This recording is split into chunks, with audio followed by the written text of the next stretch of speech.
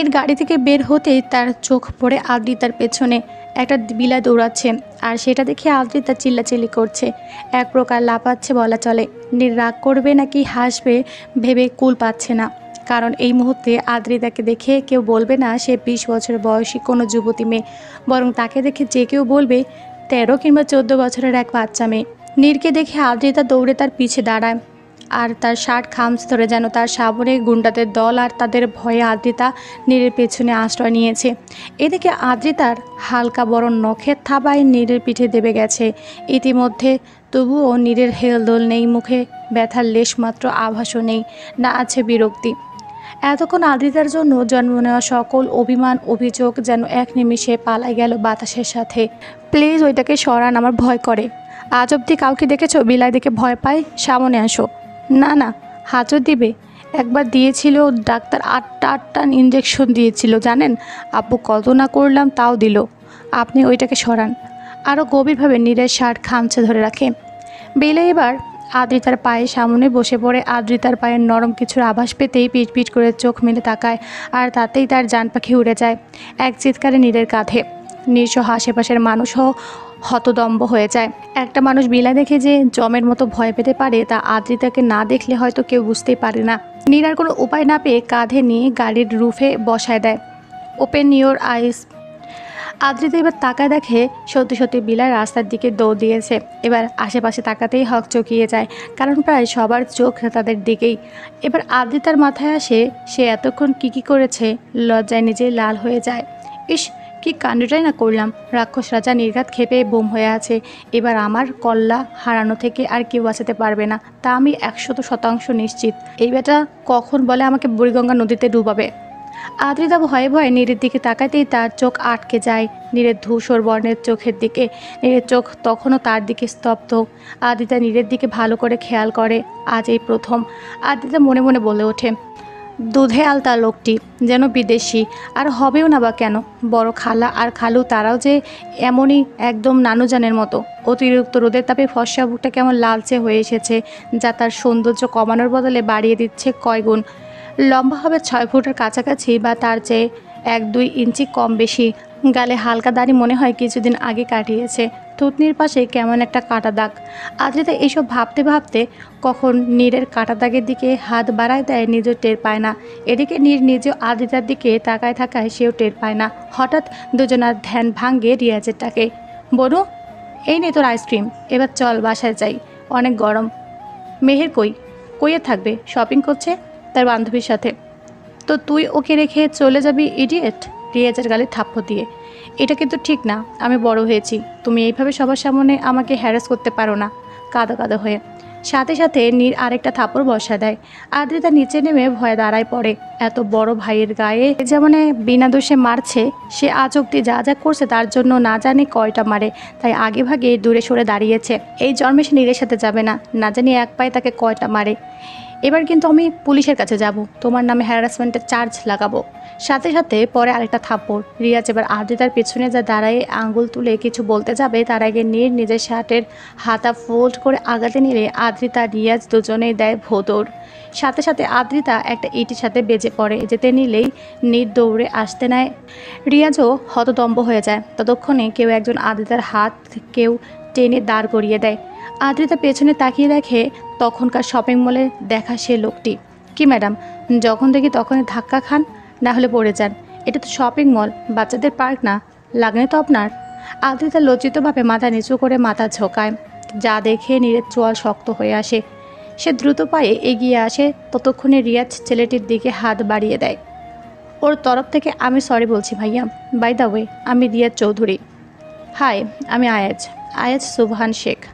Nice to meet you and thank you also ওকে বাঁচানোর জন্য। ওনার জন্য আজকের পর থেকে সবসময় আমি আছি। ব্যাপার না, ইটস মাই প্লেজার। আমি আসি। আর এই যে বিগ বেবি, নিজের খেয়াল রাখবেন। আশা করি এইভাবে পড়তে থাকলে ব্যথা পাবেন। সবসময় তো আমি থাকবো না আপনার এই ভয় পাওয়া ফেসটা দেখার জন্য। চিন্তা করবেন না মিস্টার আয়াজ, আমি আছি, আপনাকে প্রয়োজনে পড়বে না। আজকেও তো ছিলেন, মিস্টার নামটা তো আপনার জানা হলো না। যাই হোক, আজকেও তো ছিলেন, তাও তো বাঁচাতে পারলেন না। পারিনি বা পারবো না এমনটা নয় মিস্টার আয়াজ। সে ব্যথা পেলে ওষুধ লাগাবও আমি, দরকার পড়লে ব্যথা দেবও আমি। তার ভয়, তার হাসি, তার কান্না, তার নিচু মুখ সব আমার বিষয়। দেখা যাবে আব্বা, দেখা হবে, সি ইউ সুন। কথাটা বলে আয়াত চলে যায়। নীর রেগে আদ্রিতার হাত ধরে টেনে নিয়ে গাড়ির দিকে গেল। আদ্রিতার হাতটা যেভাবে নীর রেগে ধরে আছে তাতে আদ্রিতার মনে হচ্ছে তার হাতটি এই মুহূর্তে ভেঙে গুড়িয়ে যাবে। আহ, কি করছেন? লাগছে তো আমার। হাত ছাড়ানোর চেষ্টা করে নীর আদ্রিতাকে নিয়ে গাড়িতে ধাক্কা দিয়ে পেছনের সিটে এক প্রকার ছুঁড়ে ফেলে দিয়ে নিজের ড্রাইভিং সিটে বসে গাড়ি চালাতে শুরু করে। কিন্তু কিছু দূর যেতে গাড়ি থামিয়ে পেছনের সিটে যেয়ে বসে আদ্রিতাকে নিজের দিকে ঘোরায়। আদ্রিতার ব্যথা হয়ে আসা হাতটা পুনরায় চেপে ধরায় আদ্রিতা পুনরায় কুকিয়ে ওঠে। ব্যথা লাগে তাই না? আমারও ব্যথা লাগে। কেন তুই ওর সামনে ভয় পাবি? কেন তুই মাথা নিচু করবি? বল আমাকে।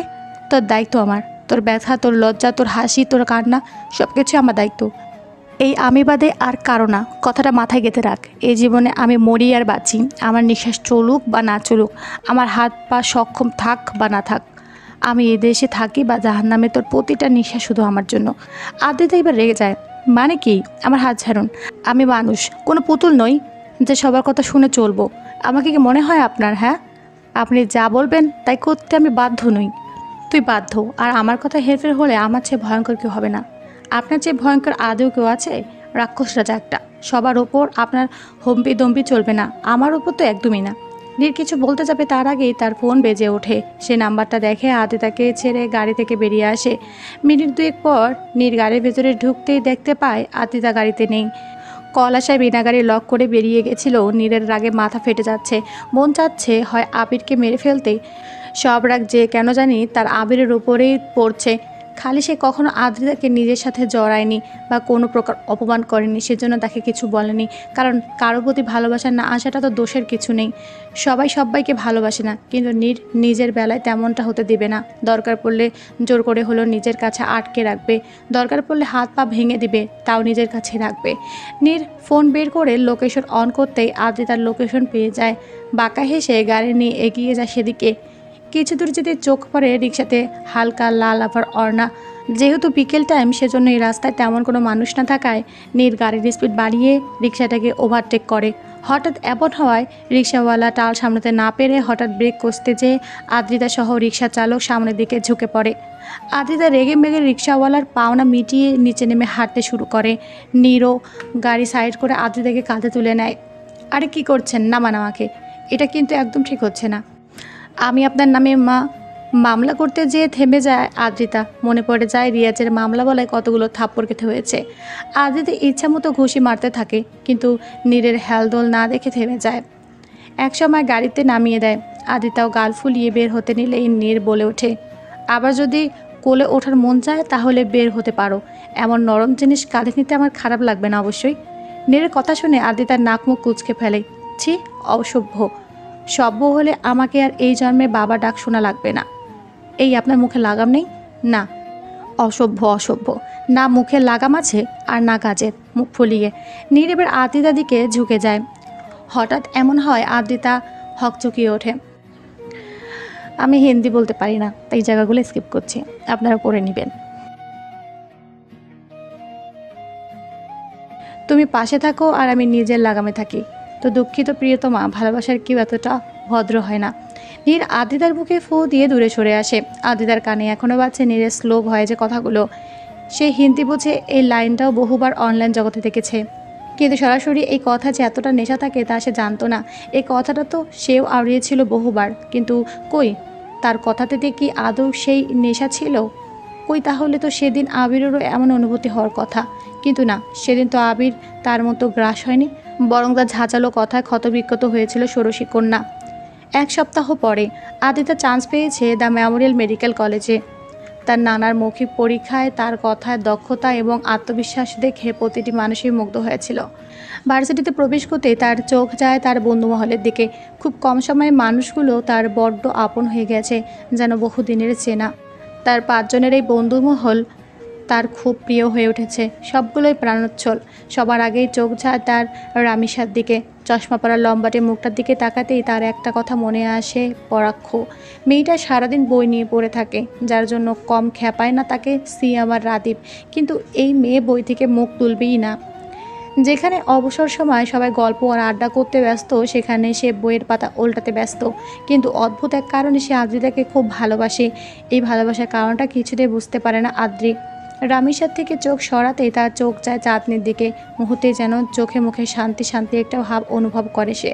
চাঁদনিকে চেনে 6 দিনের মতো, তবুও মেয়েটার কথা চালচলন সবই যেন তার মস্তিষ্কে একটা শান্তি তৈরি করে। আদিতাকে দেখে চারজন হাত নাড়ায়। আদিতাও খুশি মনে সেখানে যেয়ে দাঁড়ায়।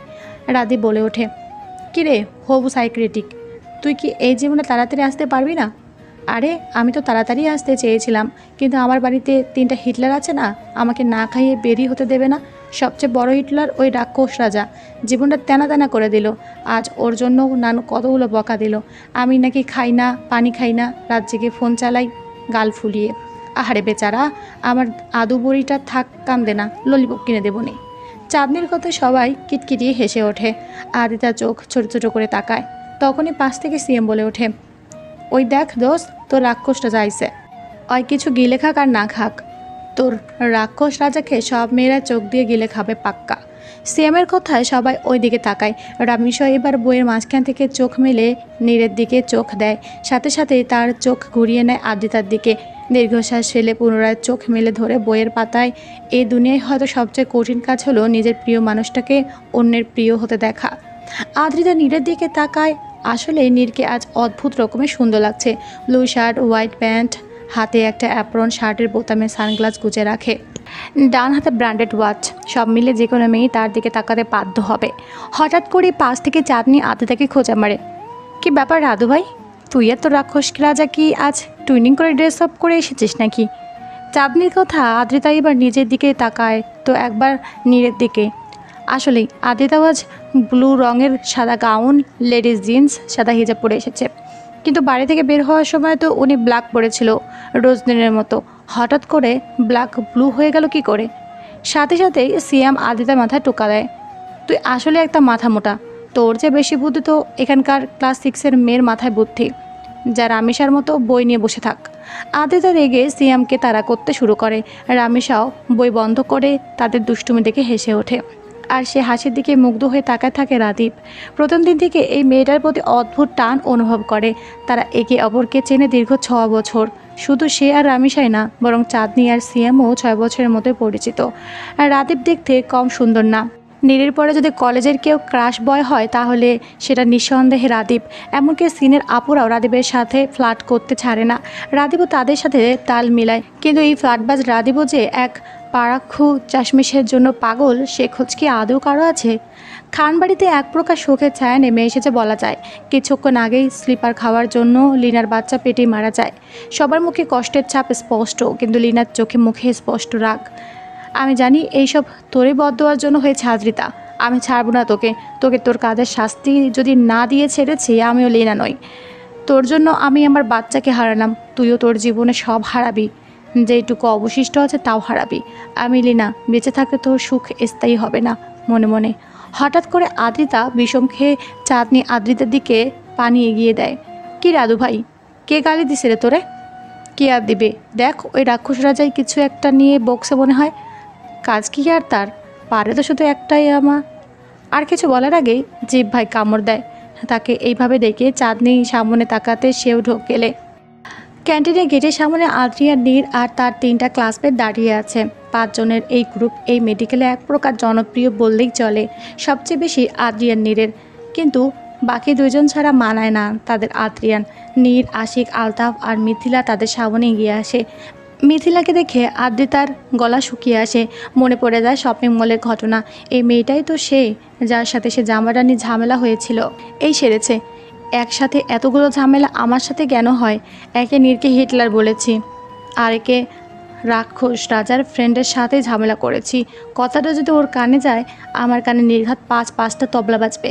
কথাটা মনে মনে ভাবতেই চেয়ার টানার শব্দ কানে আসতে আদ্রি সেদিকে তাকায়।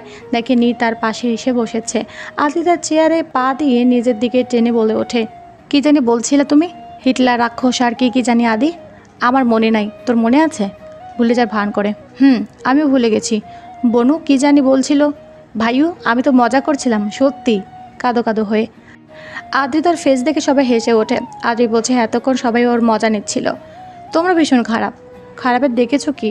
কথাটা বলে হাত দিয়ে ফুলিয়ে রাখা গালটা টিপে ধরে আদ্রির মুখে পরোটা ঢুকিয়ে দেয়। এদিকে মিথিলার আগে ফুঁসছে। সে জানতো নীরের খালাতো বোন ভর্তি হয়েছে, কিন্তু বোনটা যে আদ্রিতা আর নীরের এমনভাবে তার সাথে মেশাটাও মেনে নিতে পারছে না। কই এতদিন ধরে তাদের বন্ধুত্ব, নীর তো কোনোদিন তার পাশেও দাঁড়ায়নি। সেখানে তাকে স্পর্শ করে এইভাবে অধিকার নিয়ে খাইয়ে দেওয়া, তার আজগবি বকবকানি শোনা তো দূরের বিষয়। অন্যদিকে রামেশ্বর নীরের আর আদ্রের খুনসুটি দেখছে, কিন্তু তার মনে মিথিলার মতো ঈর্ষা তৈরি হয়নি। বরং তার শান্তি লাগছে। তার ভালোবাসার মানুষ যে ভুল মানুষকে ভালোবাসেনি। নীর ক্লাস শুরু হবে, যাবি না?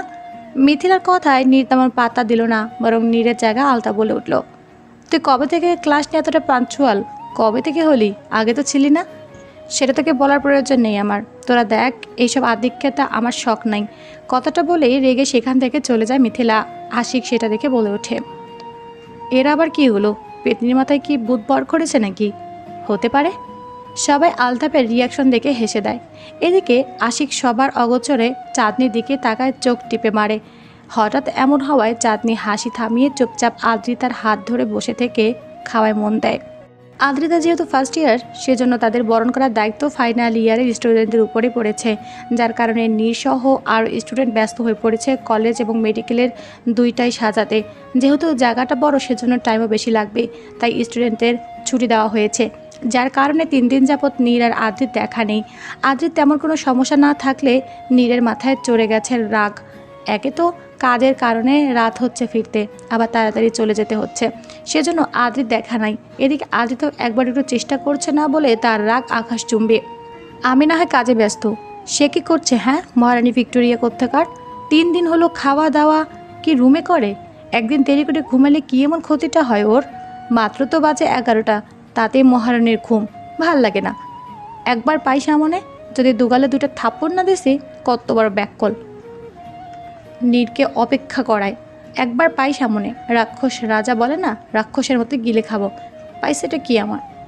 নীরের কথা পূরণ না হতেই তার কানে মিষ্টি এক সুর ভেসে ওঠে। নীরের পা আপনা আপনি থেমে যায়। শব্দটা কই থেকে আসছে বলে শব্দ অনুসরণ করতে করতে ছাদে চলে যায়, আর তাতেই যেন তার দিন দুনিয়া থমকে যায়। ছাদে টাঙানো দোলনায় পা দুলে বসে আছে। ছাদের লাইট বন্ধ করে রাখা চাঁদের আলো, যার কারণে সোজা এসে পড়ছে আদ্রিতার শ্যামা মুখে। এলোকেশি চুলগুলো দোল খাচ্ছে হাওয়ার সাথে সাথে। এদিকে তার গান সব মিলিয়ে পরিবেশটা নীরকে নেশা ধরিয়ে দিয়েছে, তার আদর পাখির নেশা। আমার একলা আকাশ থমকে গেছে রাতের স্রোতে ভেসে, শুধু তোমায় ভালোবেসে। গানের মাঝে নিজের কোলে কারো মাথা পেতেই চমকে ওঠে আদ্রিতা। তাড়াতাড়ি চোখ মিল তাকাতেই নীর ক্লান্তি মাখা মুখটা ভেসে ওঠে। একটু মাথায় হাত বুলিয়ে দাও না আদর পাখি, মাথাটা ব্যথা করছে খুব। আপনি উঠুন। এইভাবে বিনা পারমিশনে আমাকে স্পর্শ করার পারমিশন কে দেয় আপনাকে? আমার কারো থেকে কিছু চাওয়ার অভ্যাস নেই আদর পাখি। আর ব্যাপারটা তুমি হলে তো আরই না, উল্টো তোমাকে স্পর্শ কেন দেখার আগেও আমার পারমিশন লাগবে। আতিদা আবার কিছু বলার আগেই নীর নেশাক্ত কণ্ঠে বলে ওঠে, এই নিয়ে পরে তর্ক করো আদর পাখি, এখন নয়। আমার বড্ড প্রেম প্রেম পাচ্ছে। তুমি রেগে গেলে তোমাকে খেয়ে ফেলার স্বাদ জাগে খালি। অবাধ্য মন এই মুহূর্তে আমার বাধ্য, ভুলেও হবে না, তাই চান্স নিও না। আদ্রিতার নীরের এমন আওয়াজে কেঁপে ওঠে। নীরের মুখ দেখে এমনিতেও তার মায়া লাগছিল। ছেলেটা 3 দিন হলো অনেক কাজ করছে, নানাজান সব দায়িত্ব তার ওপরে দিয়ে যশোরে চলে গেছেন। আদ্রিতা আর কিছু না বলেই নীরের চুলে হাত বুলাতে লাগলো। এদিকে আদ্রির নরম হাতের স্পর্শ পেয়ে কখন ঘুমিয়ে গেছে নীর, সে তা নিজেও টের পেল না। নীরের ঘুম ভাঙল আদ্রির ফোনের সাউন্ডে। তাও সে চোখ না খুলে আলসিদের চোখ বুঝে রইল। এদিকে আদ্রিতা ভেবেছে নীর ঘুমে, তাই সে তড়িঘড়ি করে কলটা রিসিভ করলো। একবার দেখলেও না নাম্বারটা কার।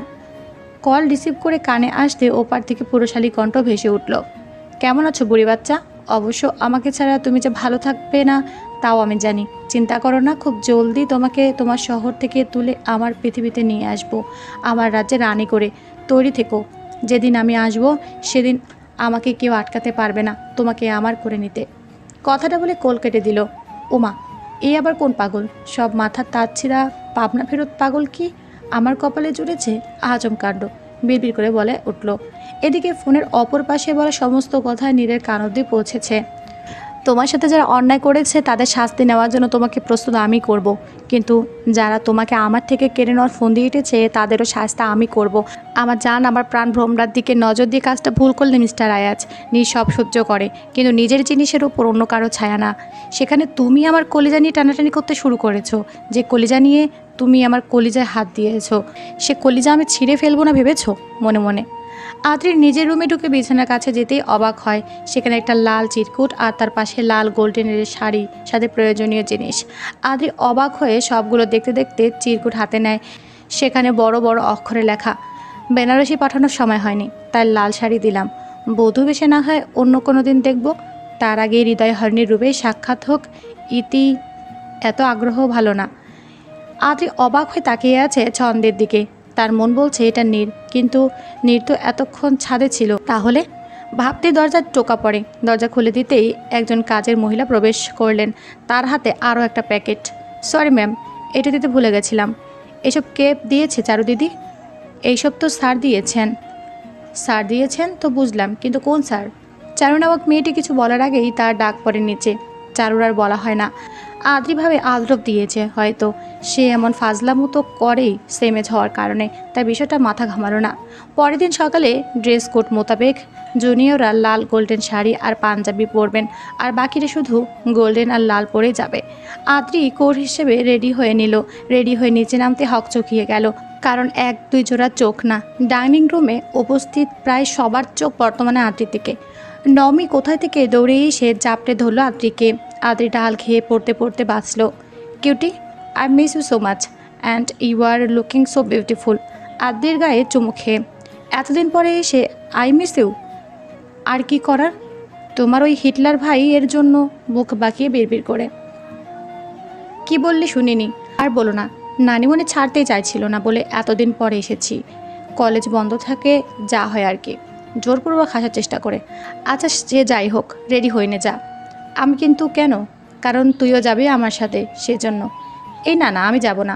তোমার মেডিকেল কলেজে আমার কি কাজ? আমি হলাম ইকোনমিক্সের ছাত্রী, তোকে যা বললাম তাই কর। ওকে ফাইন, যাচ্ছি। নমি চলে যেতেই আদ্রি নিচে নেমে এলো। আদ্রি নিচে নামতে দুই মামি দুপাশ থেকে জড়িয়ে ধরে তার কপালে চুমু খেলো। অসম্ভব সুন্দর লাগছে আমাদের মিষ্টি মাকে। নীরের চয়েস আছে বলা লাগবে। নীর নামটা শুনে আদ্রি হাগ হয়ে যায়। নীর মানে? হ্যাঁ, নীরকে তো আমরা তোর জন্য এসব নিয়ে আসতে বলেছিলাম। বারে কলেজ ফাংশনে আর তো তোর তেমন শাড়ি নেই, আর সেজন্য নীরকে বলা। ও তাই তো বলি, রাক্ষস রাজা নিজ থেকে আমাকে এত সব কিনে কেন দিতে যাবে?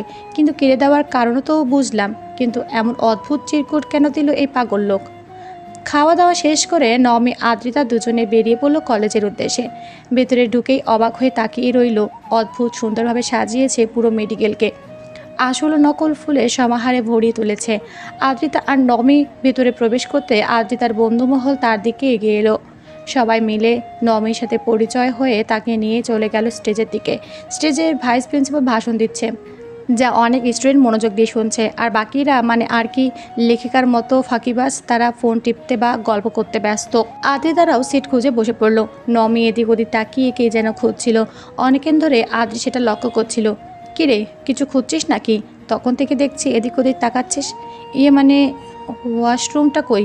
সামান্য ওয়াশরুমের কথা বলা এত দফা তোতলাতে হয়? চল আমার সাথে।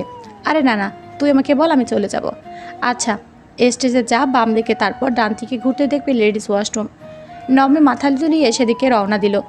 হঠাৎ এক শক্তপোক্ত হাত এসে নমের বাহু খামিচিয়ে ধরে। তাকে নিয়ে হাঁটা ধরল।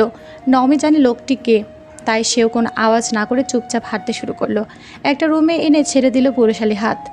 কবে আসলি? গম্ভীর গলায় কথাটা কেমন যেন শুধালো নমির কাছে। তোমার তাতে কিছু যায় আসে আদি ভাইয়া?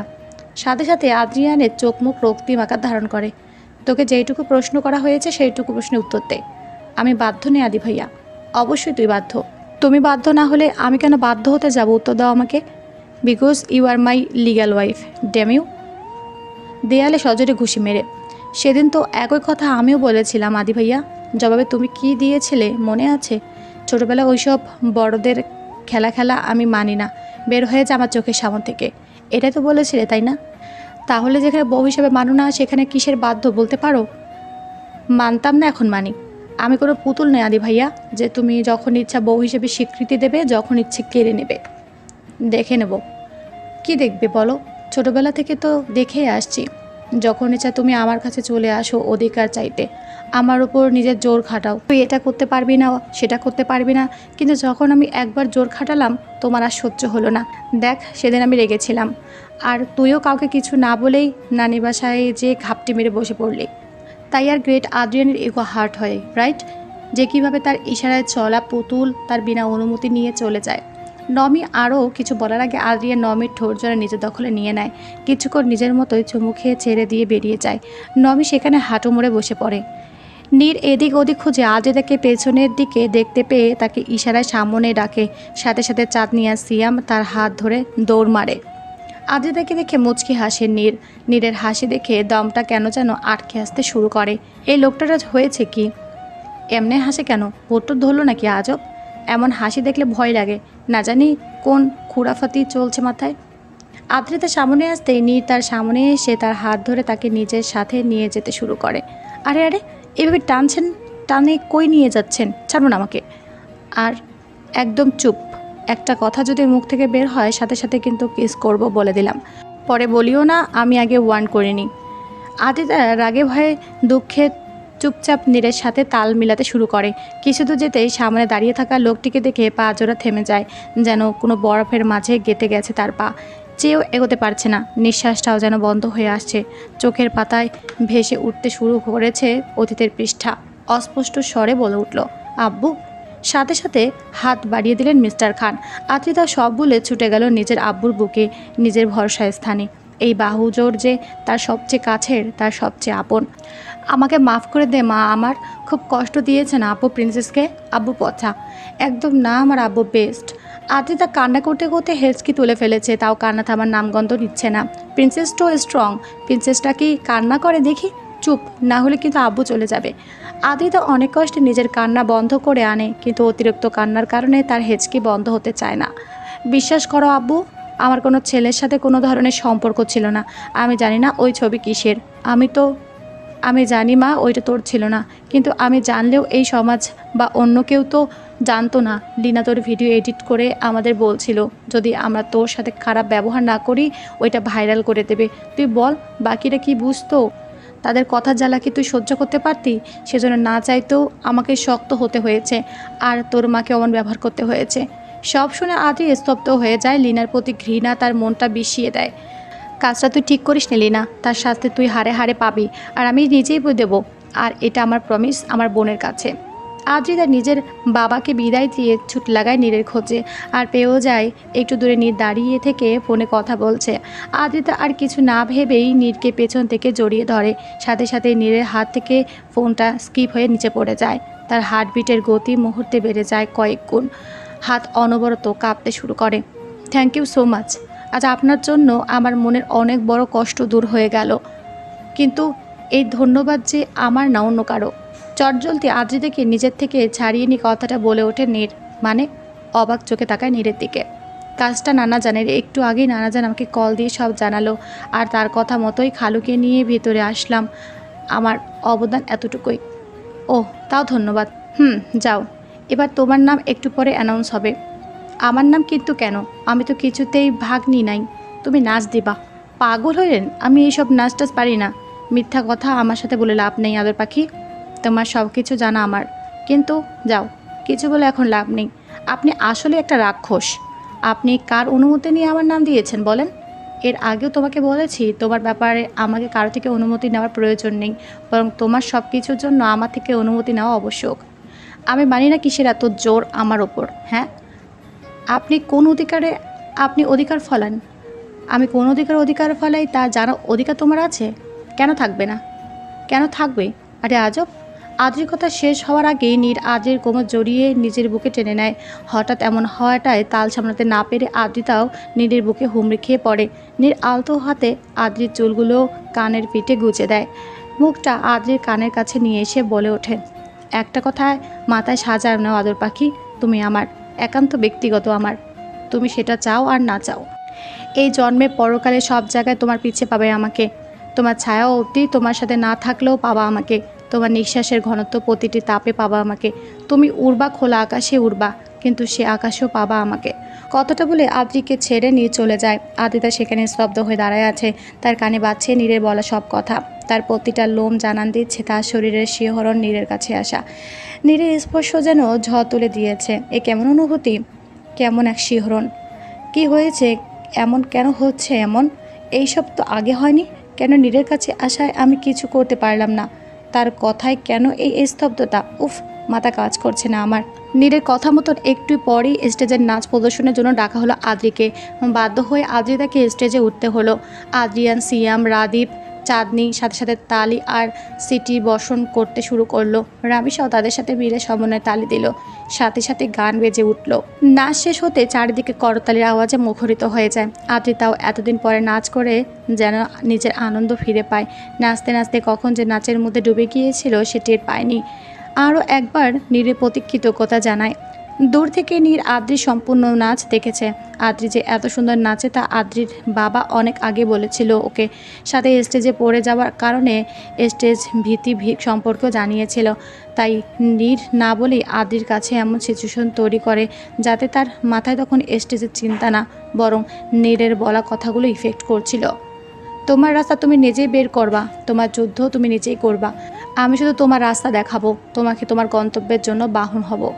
আদ্রিতার নারী ভাষার পরিচয় আগে দিয়েছিলাম, কিন্তু অনেকে ভুলে গেছেন, তাই আবার দিয়েছি। আদ্রিতার নানু বাড়ি তেমন বড় না। শামসুর রহমানের 2 ছেলে 3 মেয়ে।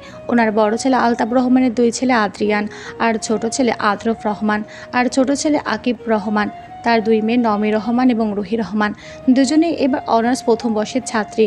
আর শামসুর রহমানের 3 মেয়ে, বড় মেয়ে ইরিনা চৌধুরী, তার ছেলে নীর চৌধুরী, আর ওনার একটি ছেলে রিয়াজ চৌধুরী, আর মেজ বোন ঐশী রহমান, ওনার 1 মেয়ে, আর সবার ছোট রেনু মানে আদ্রিতার মা।